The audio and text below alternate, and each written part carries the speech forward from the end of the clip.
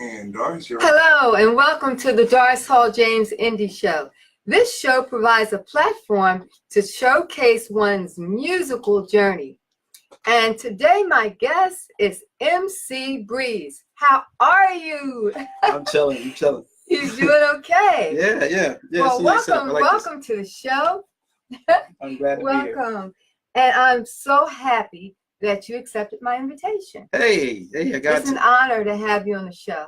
That's what's up. You know, lots of times, like I bring people on the show, and then I go back and I check all the things they've done, and I say, "Oh my God!" You know, people have to know all of this that you have done. You know, from the beginning to the end. You know, now I want you to tell us, how did this all start? How, when, and where?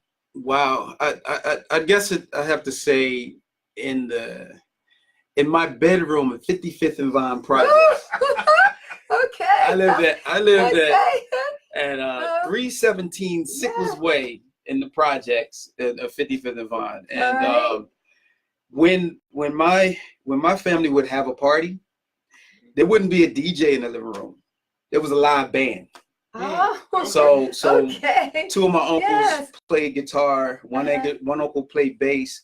I had an uncle named Ronald Novlin, and he was in a group called Alfie and the Explosions. Okay.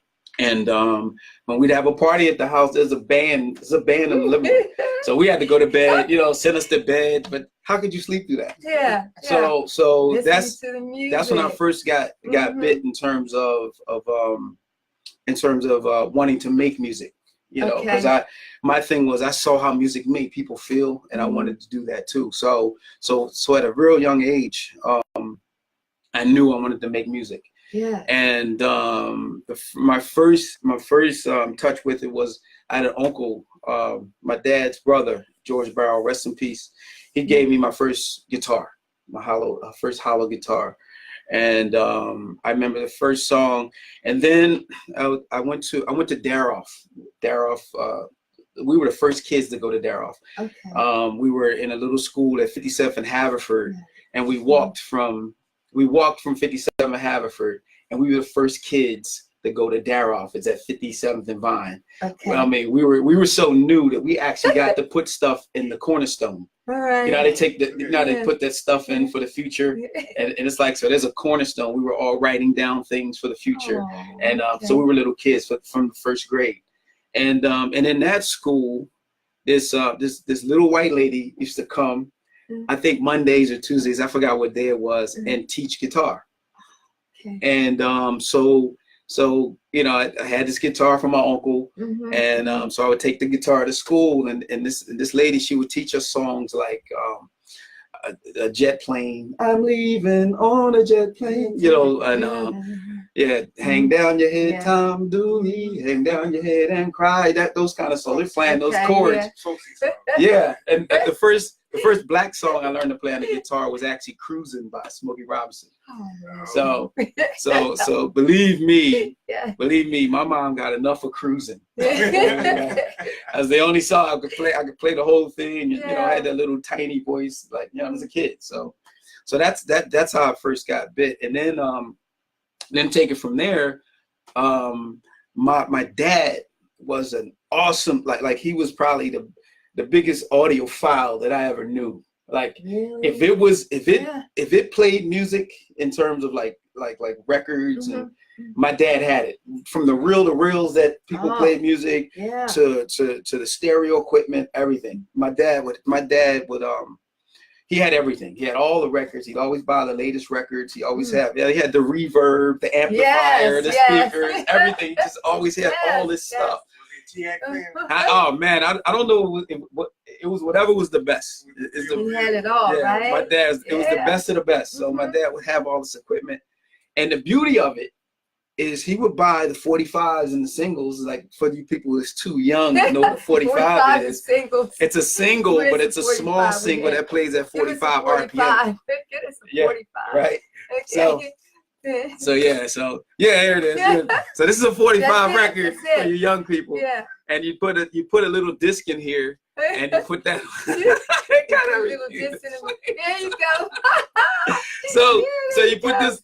You put this on the turntable. There's a lot of, I mean, Philadelphia's a DJ town, so a lot of the DJs do know, because I mean, we are the DJ town in the world, like the biggest DJ town in the world. But so anyway, we put these little discs in here, and so what would happen was when my dad brought the album, I would default to getting all the singles. Okay. So I was a young kid listening to everything, like when I was young. I mean, I listened to the we're talking about the 70s. I'm listening to the Platters. I'm listening to my favorite group as a child was the Marvelettes. Oh my favorite. I was a little kid singing "Don't Mess with Them."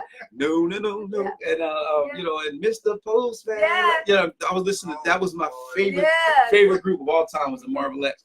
So I was very, you know, genetically into music, and then by, you know, close association because of my mom sang all the time, and so music was one of those things. And then because my dad had all this video equipment, audio equipment, then when he got better turntables, he gave me 2 BSR turntables. Okay. So I'm like, I think I was probably 12 or 13 years old, setting up speakers and turntables and music right outside in the middle of the projects, where there's a sliding board and we're plugging in, and I'm actually DJing the playground at 55th and Vine as a kid. They love you. You were popular, weren't you? I mean, I was a nerd. Like, if you talk to my friends, they said I always had the craziest ideas. So it's like, it was a love-hate.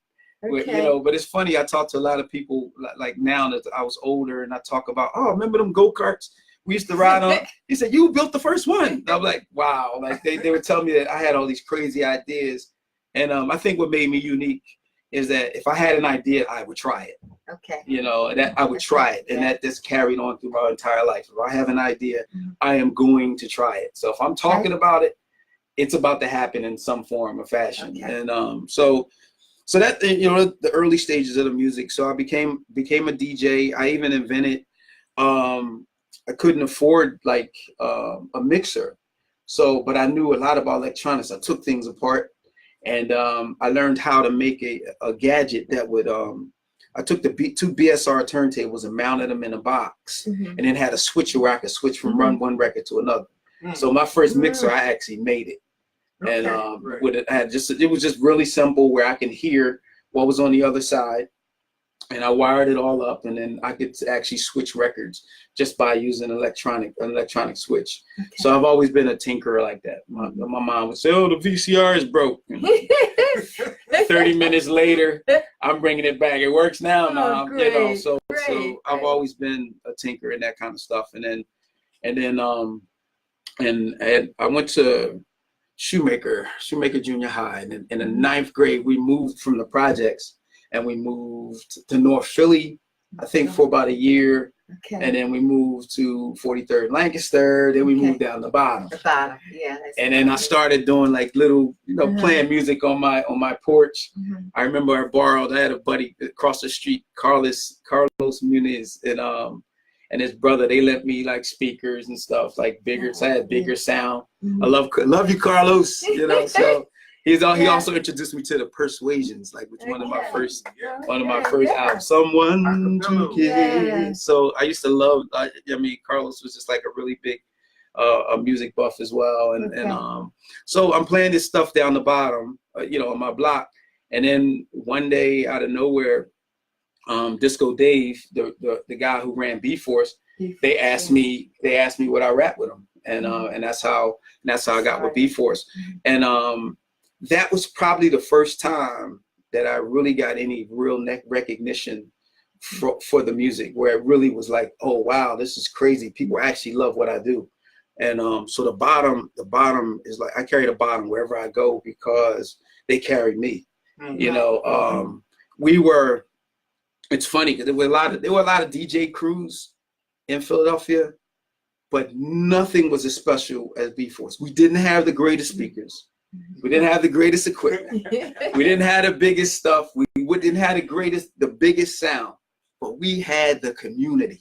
Oh wow, that was Okay. great. We had Yes, the that was community. good. Party. Yes, Mhm. and we were Yes. winning battles. We beat Disco Rats and all these. We were beating all of these DJs. Their sound was better, everything. But we had a house full of the bottom. I love you. I love y'all. The bottom went wherever we went. Yes. Wherever we went, Mhm. that's where the bottom was at. We used to C-Fly. And then the other thing about B-Force was everybody in that group wanted to give a little bit more That's nice. than what other DJs were giving. Okay. So we were probably the only group in the city that were blowing off pyros. Like when you see on stage or rock concerts, C-Fly which was like the mad genius.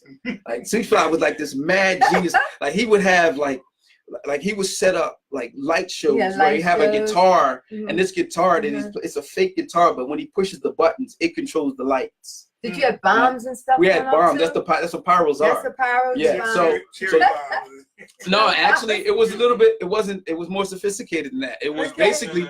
I'm gonna try to explain the best I can. Okay. You take 120 volts and you send it into a small box with 2 wires. Now, if those wires touch, you get a spark. So what C-Fly would do was he would take a couple of nails in a wooden block with two nails, and then he would take 120 volts and connect it to something with a switch. So when he switched it on, it would actually cause a spark. So he would take the 2 nails and he'd take a tiny piece of wire and connect it to one nail and to the other nail. Then he would fill it with flash powder. It's just basically a small bomb, right?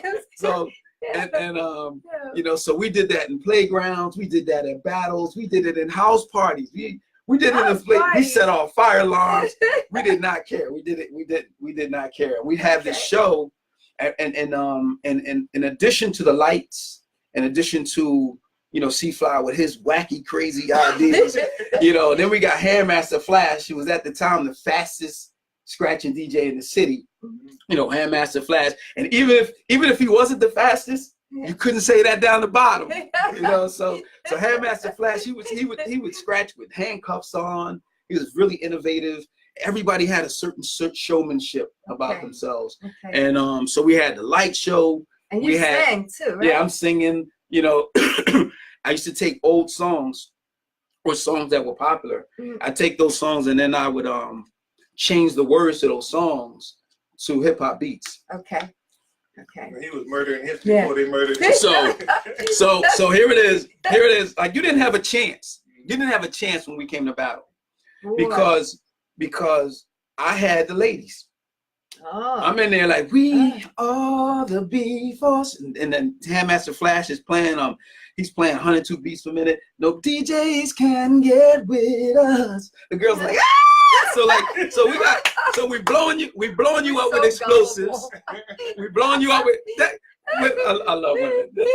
But they were like, we would come in, it's like, I would have an MC, he would rap his heart out. And I'm sitting there like, wow, that was dope. That was dope. And I walk up and go, we are the beef. It didn't matter. It did not matter like that MC was. And it's funny because we be down the bottom and Murphy used to get on my nerves, Murphy. Because Murph would be the guy, he was always the voice of reason down the bottom. Like, and I remember one time he's like, oh, we're gonna bury Perry P. I love Perry P. He said, we're gonna battle Perry P. I forgot what the venue was. I was scared to death. He said, Perry P changes his voice. He does this, he does that. Him and Cosmic Kev, they gonna light y'all up. They gonna get y'all the whole 9, right? So I go in, you know, Murphy had us all lit. Murphy would be like, yeah, man, they pretty good. Grandmaster Funk, they, you know, so we go to the venue and Perry is lighting it up. He's his voice changing the whole 9 yards. And I'm like, wow, that was pretty good. Me and Flash get in there. We are. It's over. Perry who? Like so. It's like so. So the singing was my gimmick, and they even called me the singing MC Breeze after a while. And you know, and girls would scream, "Oh, that's HIT!" And I used to say that about myself, like, "Oh, I'm MC Breeze," and I'm, you know.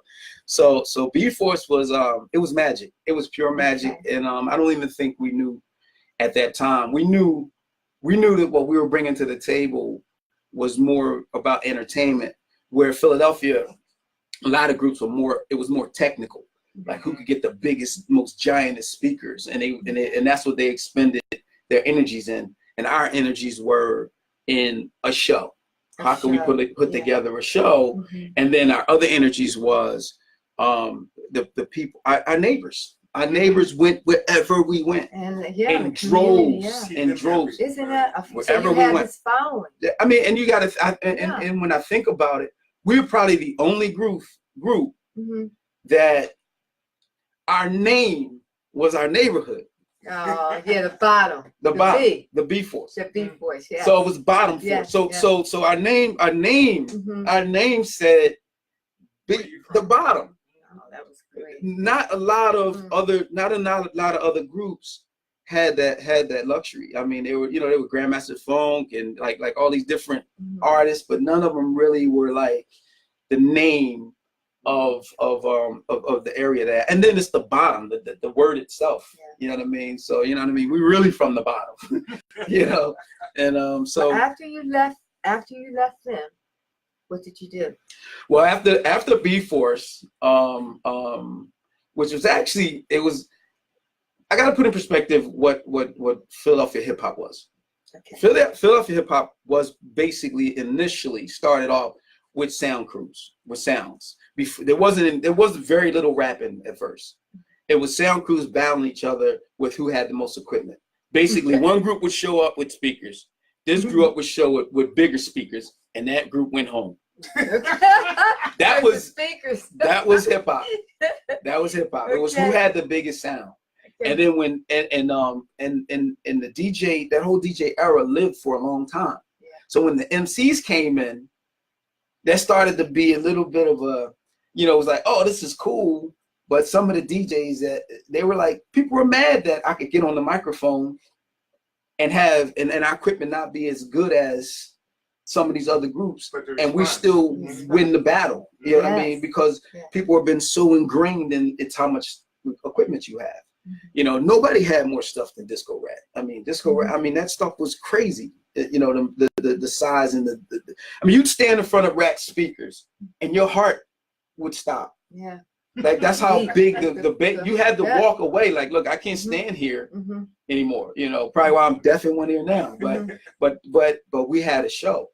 So since DJing was the culture, a lot of people don't know, in no house party and in no place where B Force performed when I was a part of B Force did I receive one dime. So even if the group made money, I didn't make a dime, and I got tired of it. And I asked, could I start making money? And I was told, no, you can't make no money because you don't own any equipment. Because that was the culture. That was the culture of DJing in Philly. It's like a DJ group had to have equipment. All I needed was a microphone. So by me just having a microphone, the mindset was, well, you're unimportant because it's all this equipment that's important. And I said, okay, well, if I can't get paid, then I'm leaving. Okay. And so, which was amazing, because that started my mind thinking differently. Yeah. So right after B Force, I joined a band.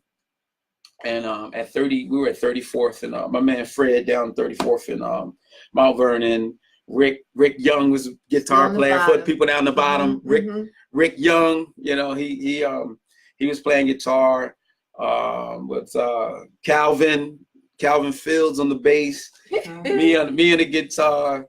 Fred, I don't remember Since you're going through names right now, why don't you take the time and holler at your friends? Oh man, I see Mark is on here. Mark, Frank, the Gaff. We got Yolanda Hoke, all the way from the West Coast. Terrence. Scroll all the way up. Let's see. Let's go back. Who else we got in here? Kareem Smith. What's up, man? Las Vegas in the building. Son of Jan. What's up, baby? I see you. We got Greg Brooks, Mikey Guilford, Alexis. I love Alexis. Like some people you see on your Facebook page, you haven't met them in person, but they're so part of your life. Alexis Frisbee, Eddie Davis. My wife is on here. Hey, baby, I love you. We got Hassan Rasi. It says no audio. on Hassan's. My wife says no sound needed. No sound? Yeah. It's not coming through? Let me see. Yeah, so it's only on his. Oh, well. So I don't have any sound on here. No, Theodore. Hi, T.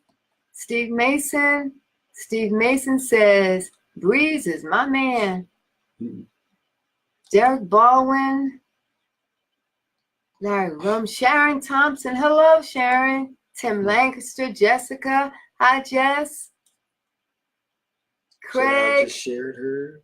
Lisa. See you tonight. Okay. That's why I like to Daryl Henry. Hi. This right here. Okay. When we switched Eddie, over to you, Kevin. this is what I forgot to do. Right here. Okay. Wow. We're trying to Instead get of the it sound right on this. Instead of it automatically giving the Oh microphone. wow. Okay. Well, we got sound now. We okay now? Yeah. Okay, let's Looks like it. continue. Wow. Sorry about that. It's also I'm gonna share it from I'll share it from her feed. Okay. And so you guys can backtrack and hear the stuff we talked about. Okay. But so here we go. Okay, so now you left B-Force and you're into Yeah, so doing I your left own so I thing at left this point. B-Force Uh-huh. and I ended up in a band. And we were working on the songs. Fred down Mount Vernon, and Fred, Rick Young, Calvin Fields, myself on guitar. Mm-hmm. So we were writing these songs, and all the songs that we were doing were the band leader songs. He played piano, Fred, and so he was sending the songs out to record companies, and the record companies were rejecting them. I mean, to the point where it's like they don't even open it. Like this was 1980, 84, 85. So they don't even open it. It just says return to sender. And then you get like, when you call them, they say, well, for copyright reasons, we can't listen to this stuff because you could kind of sue us if we put a song out that sounds similar to it. So I'm playing in the band and I'm like, okay, I said, yo, let's make our own record. Right. Mm-hmm. And what I got was laughter. Oh, it's laughing. Laughter. I got, that's can't do that. That's not going to happen. That's not going to work. Okay. And so I'm like, yeah, we can make a record. I did the research. Mm-hmm. I see what we can go to a recording studio. We can record this stuff. I know what the pressing plan is. Disc Makers was right here in our city on 4th and 4th Street. I forgot what exactly the street was, but Disc Makers was so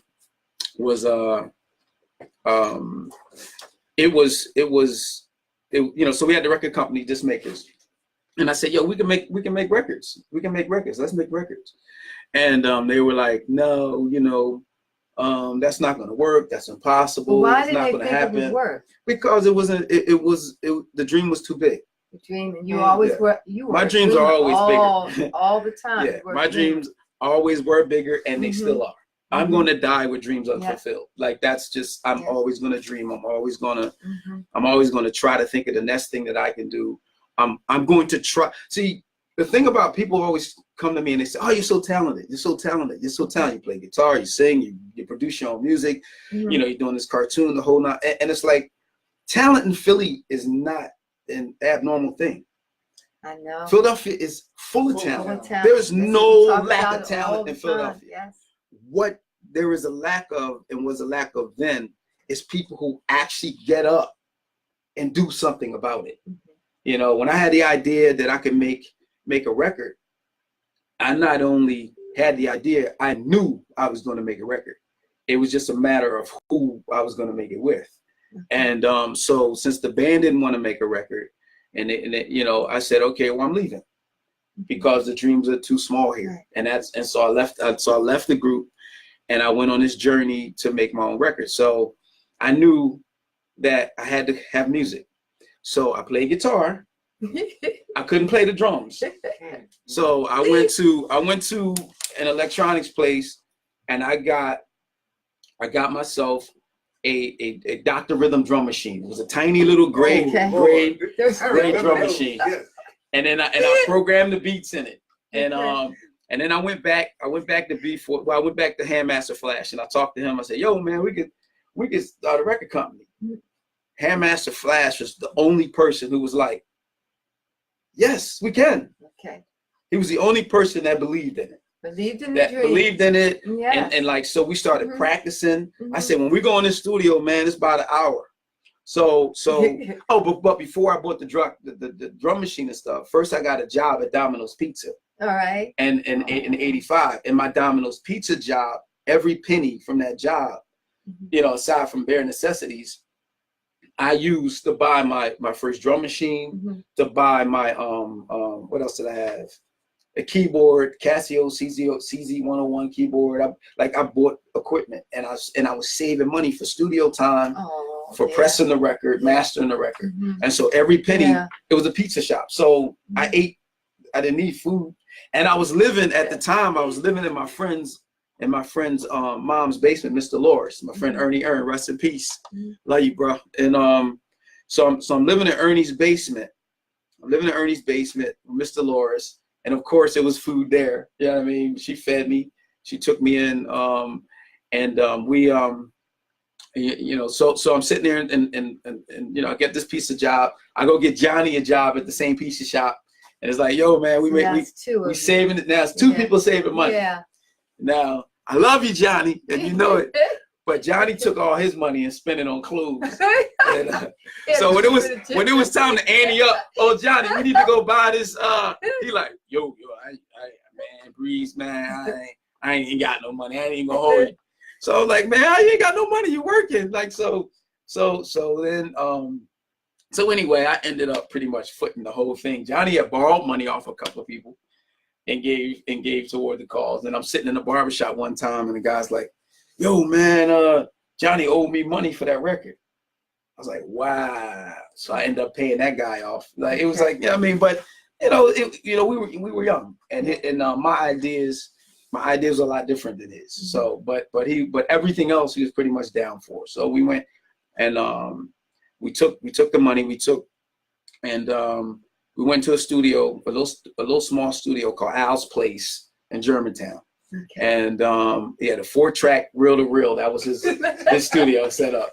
And at the time it was like $25 an hour we were paying, but it was Bounce Central. So I went in to record 2 songs. It Ain't New York was one of the songs, because everybody was like, yo, man, you know, New York is better than Philly and the whole 9 yards. So I put a song out called It Ain't New York. That was my first statement. And then I had a ballad called Another Sad Song, which was a ballad about a girl that I was going with and we were breaking up. So we were so efficient. Like the practice before going to the studio was so efficient. We finished it in record time. And we're talking about, it's not like today where you set a bass line and I played the bass from the beginning of the song. I'm playing do do do do do straight through from the beginning of the song to the end of the song. Okay. I'm playing my guitar from the beginning of the song to the end of the song. The only thing that wasn't work was the drum patterns. Like the drum machine was playing the drums. So, but everything else was from beginning to end. So so I wrote the song, produced the song, played all the instruments on the song. Johnny sang, but I wrote his part. That's great. And so we were done. We were done in like record time. It was done. So it's like, what else are we gonna do here? And I'm like, man, we got a lot of time left. And that's what Discombobulator Boobulator came in, which it's a song I put out called Discombobulator Boobulator. Yeah. And I don't know where I got the title from. Don't ask. I thought my uncle gave it to me. My uncle, he had a really smart uncle. He went from 9th grade straight to college. And I'm like, oh, I had to get this word from him. He said it wasn't from me because that's not the word. The word is discombobulate. And I'm like, discombobulator, boobulator, I had to get it from you, So it was one of those things that I guess when you couldn't describe something, you call it booby wop or this. So the song, it wasn't a real structured song like the other ones were, where basically they had a verse, a hook, a verse, a hook, a verse, a hook. I went in and freestyled pretty much the whole record. Where it was like, I said, every morning I wake up, I eat Captain Crunch. I eat the same thing for dinner and the same for lunch. Yeah. They call it Captain Crunch, but I can't tell. Wait, stop that. I can't tell. Because every time I eat it, it's soggy as hell. One particular morning after I watch my bowl, stop that. do him a telemate, and just like punched this thing in and did the whole song. And then it was like, I just bust out some ridiculous laugh in the hook. It's like, I threw the effing cat on the goddamn roof. Yak, yak, yak, yak, yak, yak, yak, yak, yak. And so, and it's funny because I was online one day and it was it's a sample site that says where samples come from. People think that I sampled that yak, yak, but that was me saying, yak, yak, yak, yak, yak, yak, yak, yak, yak. So we did that. And then I had another story. I said, man, make up a story. Little Jack Horner sat down in the corner, writing on the wall. His mother came, slapped him in the back of his head and said, you have no sense of all. And that was like a coming of age type thing. You know what I mean? Put all of that on it. I put it all together on one record. And then the last part. Did anybody try to compare that flow with Slick Rick? I think this Wanting to Tell a Story definitely came from Slick Rick. Okay. You know what I mean? With his Lottie Dottie. Yeah. So I think that was the flow. The difference between Slick Rick and me is mine was clean. I mean, his was clean and mine was not. So, and then the Chinese food rap is something else I just threw together. That was an idea that I was thinking about for a long time. I remember being in Ernie's basement and thinking like, wow, these Chinese stores treat us like crap. Mm-hmm. You know what I mean? And it's funny because it's still that way to this day. Yes. So I'm like, Chinese food can be real swell. If you can go into the place and stand and smell everything, the box smells exactly the same. They just switch it around and change the name. So in the song, I call them the C word. I imitate them like,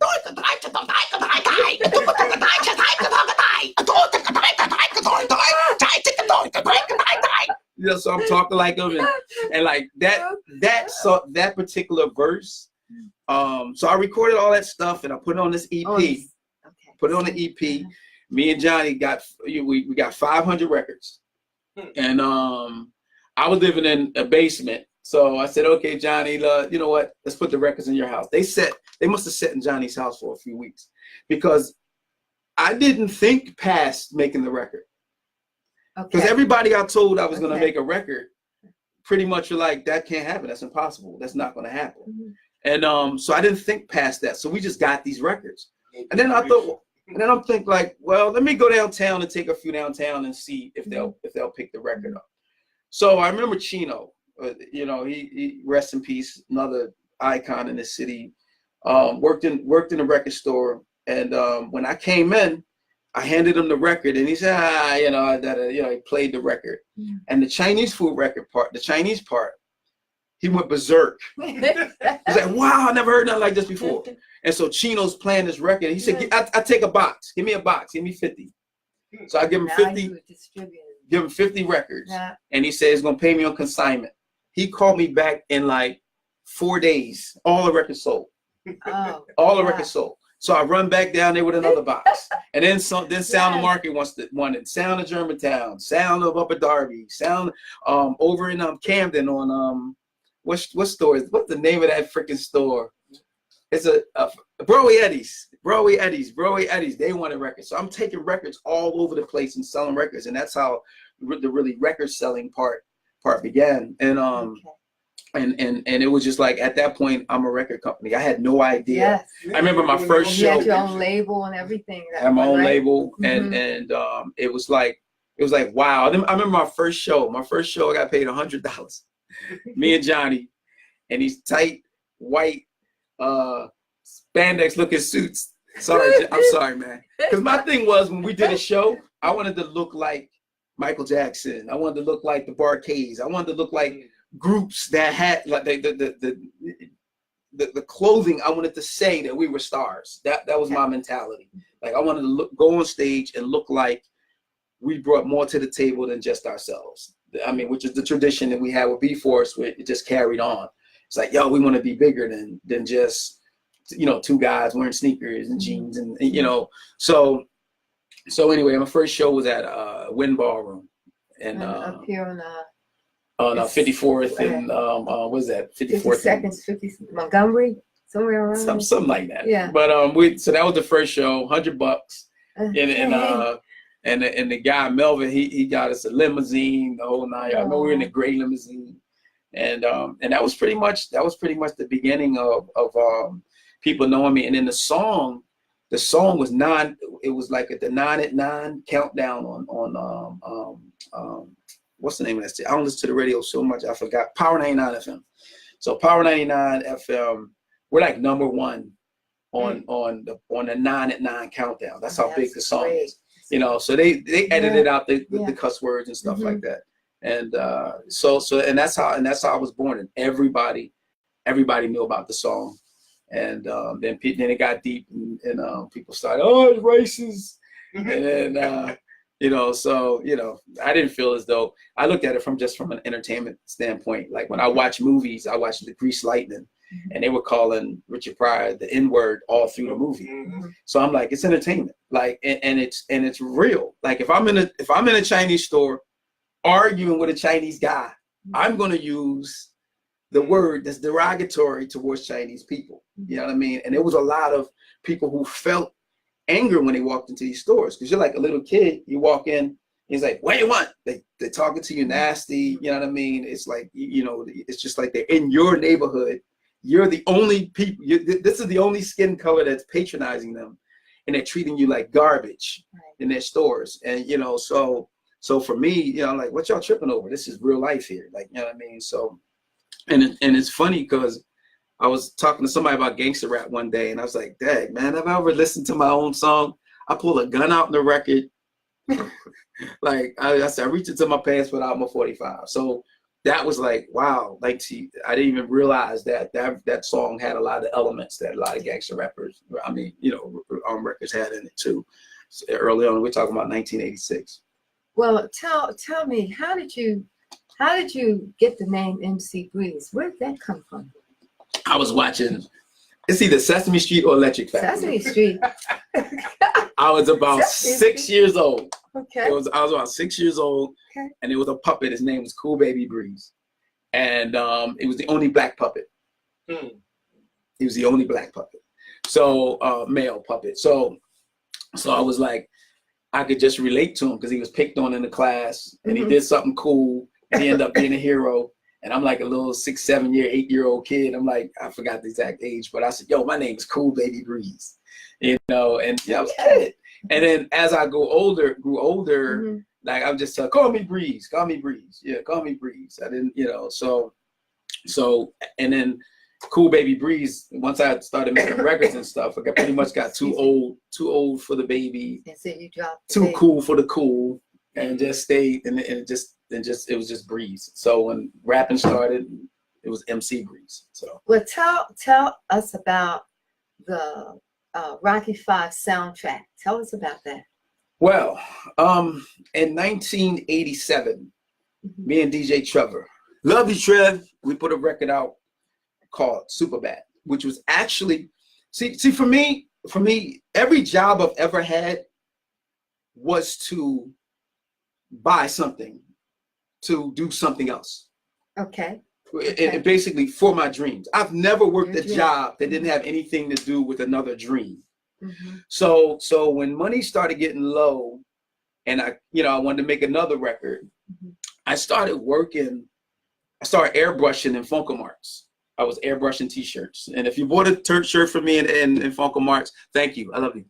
But I used to airbrush t-shirts in Funko Marts, and the owner wanted the theme song to play. He wanted some music for the radio.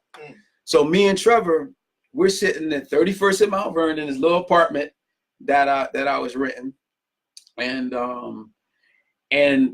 Trev comes up with, he's playing around with this whistle that I think I forgot, it was the Terradome, something that Public Enemy was using. Trevor took the whistle and reversed it. Like, turntables in Philadelphia, like the history of turntablism is crazy. We used to take records like Soul Sonic Force, take a roll of duct tape, put it on the turntables, flip the record upside down, turn the needle upside down, put weights on the back, put the weight on the back of the needle so that the needle would lift up onto the record and it would play the record backwards. What? Try it, DJ. So we would do that. So that was before turntables actually play backwards. They play backwards now. Philadelphia is responsible for every innovation in the turntable. Philadelphia is responsible for it. Something we did in the hood had somebody say, voila, and come up with the idea. Okay. Yeah, right. So Philly, so Trev played this whistle backwards. So we got the drum beat from James Brown playing, and then Trev plays this whistle, and then like he's scratching it super bad. So we put this song together, and when we were done, we were like, Funko March is not getting this song. This is too good for Funko March. And so we said, okay, well, we're gonna press this. And I went to Studio 4, and Studio 4, I guess they wasn't doing that good at the time. It's Joe the Butcher and I forgot the other guy. Anyway, they were gonna let us do a whole EP for $500. We're like, $500, and it was our first state-of-the-art studio we'd ever been in. $500. And it's funny because here's another thing I credit. I know my life has been like the craziest in terms of like all the stuff I've been able to do just because I get up in the morning and say I'm going to do that, and I go out the door and I don't come back till it's done. That's how I am. So we're in the studio and we're recording. We're recording and laying all the tracks for Superbad. And I remember the engineer saying, I'm like, well, where's the kick drum? And I slide the kick drum and it's all the way in the red. So pumped it up, and the guy's like, oh man, that's technically incorrect. You can't have a kick drum in the red like this, that, and the other. And I'm like, dude, this song is made for big, giant 18-inch woofers in the club. You know what I mean? Like, we're not making this song for little tiny transistor radios. We actually taught Studio 4, between me and Schoolie D, we taught them how to make hip hop records.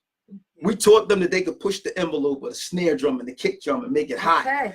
And like, we taught them that they were used to playing pop songs and recording pop artists. They wasn't used to us coming in, these street artists who say, look, my record ain't made for the radio.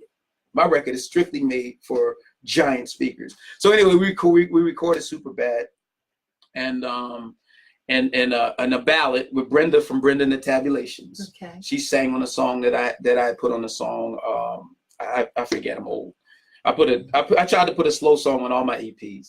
And so Girl Don't Cry, I think is the song. The Girl Don't Cry, or Imagine This. So we did that. We did Superbad, and we released it. And this song, it was so popular that I signed a deal with 4th and Broadway.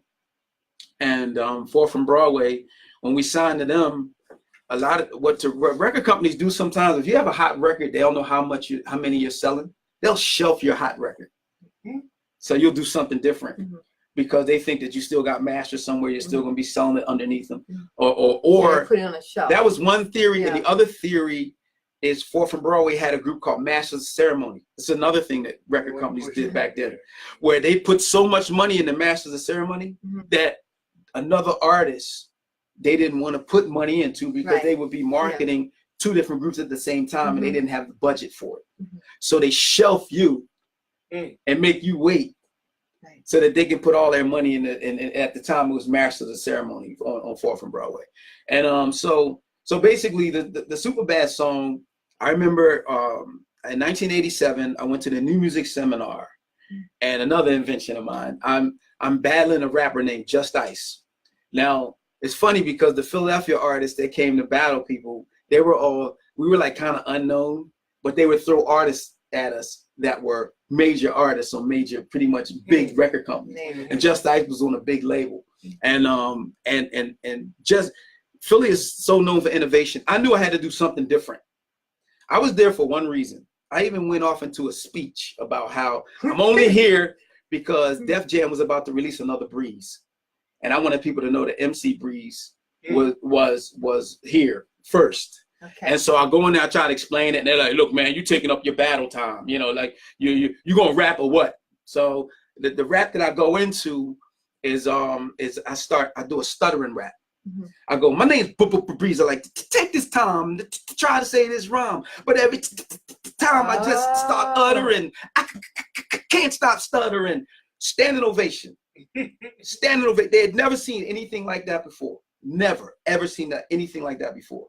And so I beat Just Ice in the New Music Seminar. Now I'm getting booed by New Yorkers. Hammer's in the audience. He doesn't have a label out yet. Nobody knows who he is, has no clue who he is. He's in the audience. And he came to me and he said, wow, I thought hip hop was basically East Coast against West Coast. I said, no, it's New York against everybody else. That's what hip hop. I remember walking by KRS-One, and I love you, but I remember walking by him. He was angry because Will and Jeff won a Grammy. Okay.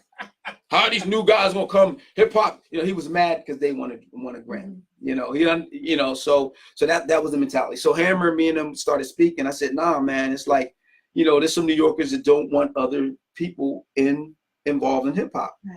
You know, especially Philly. I don't know Philly artists to beat no New York artists. That's crazy. So anyway, me and Hammer started talking, and that night we ended up it was like he had about 4 or 5 people with him.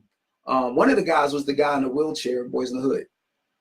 The guy, Reggie, I think his name is. He was with him, and we all ended up staying in the same rooms to save money. And so I ended up, Hammer said, you ever come to California, come out and see me. And this was before he had me, before he made a record. And so in '87, I flew out to Hammer's house with a box of records. And the record, it was a box of Superbad, the record Superbad. I said, Hammer, I'm gonna leave this box of records, see if you can make something happen for me, the whole 9 yards.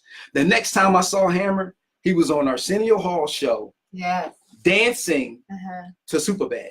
Oh, okay. Oh, right. So I'm sitting in the living room, I'm like, yo, wow, that's my song, that's my song. Yo, Trey, that's our song. I'm sitting there, and I thought about it, I said, damn, we didn't get a penny. Again, it's like beef for us, we didn't get a dime. So I think later that year, Louis Burrell called me up. They were flying into Philly, performing at Franklin Field, I believe. And he basically told Hammer, he said, look, man, you jamming to this guy's music. Why don't you sign him as a producer? And that's how I got signed to MC Hammer's label. Okay. So I'm riding around with Hammer and his entourage, producing music on tour. So he's doing a show. You know, I go to the show, I come back, I'm in the hotel room making music, trying to do my best, you know, for this stuff. And while we were on that journey, Hammer got a phone call from Sylvester Stallone's people and said, yo, we need the biggest rapper in the world, which he was. There was nobody bigger than Hammer. 12 million albums, it was unheard of in hip hop. So he wanted Hammer to do the album. Hammer had all these groups. Hammer had amazing talent all around him, all kinds of talent, singers, you know, soft touch. He had Ho Fret Ho. He had my man Terrence. I mean, Up With Hope, Down With Dope. Like all these freaking amazing groups around him. And one of his groups was Ho Fret Ho. They was amazing dancers. So anyway, we got our time. We got to wrap it up. I'm getting my signal. Yes. Okay. All right. So make a long story short, we're in Minneapolis. And Hammer said, can you write these songs? Well, Louis, Hammer's brother, said, can you write this song for Ho Fret Ho? I write the song for Ho Fret Ho. That song, they tried to do it in the studio. It didn't come out right. I went in the studio and did it. Louis, Hammer's brother, said there's no way in the world they're going to duplicate that. We need it now. They sent it to Capitol Records. Capitol Records said we want it. So I ended up, by default, getting the Rocky V soundtrack. And we recorded that song in Paisley Park Studios. Because Hammer was Prince was a big fan of MC Hammer, and they let us record. I got to play around with Prince's guitar and everything. MC Breeze, I mean, you had a fantastic career, and you're still doing a lot of things. We're just running out of time for you to tell us all the good things that you're still doing. You know, but if people want to contact you, how would they reach you? Instagram, The Real MC Breeze. I'm at The Real MC Breeze on the gram. Twitter, Joey Breeze Ellis. My email, stillbreezeentertainment@gmail.com. mcbreeze.com. I'm working on the website, so bear with me. I got mcbreeze.com, stillbreezeentertainment.com, thehoodrats.com. 2 minutes. So okay, because I want to ask him about what are you doing now. I heard some good things. All right, what I'm doing now. This is what I'm doing now. Okay, quick rundown. Wrong hat. Let me see here. We gotta get this right. So I'm working on now a cartoon. It's called the Hood Rats. There we go. Bam. Can y'all see that? The Hood Rat. So that's for the, right now, that's what we're grinding with. It's a 3D animated cartoon being done right in West Philadelphia. People say the Boondocks. The Boondocks was created in Korea by Korean artists. The Hood Rats is being created right in Philadelphia. It's basically a cartoon about a bunch of kids in the neighborhood and the different people that they come across. We'll start out with episodes, and hopefully, if we get the funding, we'll end up being a full-length feature. Okay. So that's what I'm working on now. Well, thank you very much. Thank you very. Now, do you want to say something before I end this, Gilbert? Yes, I would like to say. Okay, well, do you have any upcoming shows or anything? Performances. I have an announcement. My show at the Electric Factory. Thank you, me and Mac Evans. What's up, girl? My show at the Electric Factory was my last performance. Thank you, Charlie Mac. I love you. Thanks for the people who came out to see me. Last February we did I performed at the. So you're not going to perform anymore? I'm not performing anymore. That was my last show. So everything else is like, I'm kind of tired of being the product, and I want to make products. So that's where I am now. Right. Okay. We were kind of messed up on the sound as far as your friends were concerned. Scroll through there real quick. Yeah. Okay. So we got who we got back in here? We got Christopher Wright. What's up, man? Big Bob, love you, boy. He used to play my music back in the day on his radio station. Oh man, Dennis Verdunk, what's up, buddy? I hope I said that right. I got people from overseas. Great. Mahai, I've never been able to pronounce his name right. Mahai Constantine Oltano, I think his name is. It's like Mark Pena, Hassan Rashid. Thanks for telling me there was no sound. The whole thing's been recorded on Philly Live Radio. Philly Live Radio, yes. And it's also on your Facebook page, right? Yes, it's on Doris Hall James' Facebook page. Doris Hall James' Facebook page for those who missed the early sound. I'll also share it on my page as well. Tammy Riley, what's up, lady? I see you. Wow, ain't nothing but love right here. This is all friends and family. It's like one big reunion, yo. Like, oh man, I'm thankful y'all tuned in. Yeah, man, Harold, the Jan Verdict, all the way from Amsterdam. Well, the Rotterdam is it the Netherlands. I don't know the exact neighborhood, but got a lot of people in here. Trevor, love you, boy. Man, yep, everybody's on here.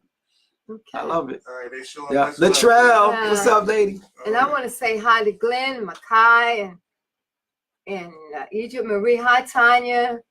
And Gobi Thompson, T Life, Carol. T. Oh, T Life. Yes, what's up, baby? Tommy Abernathy, Marcy, Michelle, Teddy, James Stewart, Steve Mason.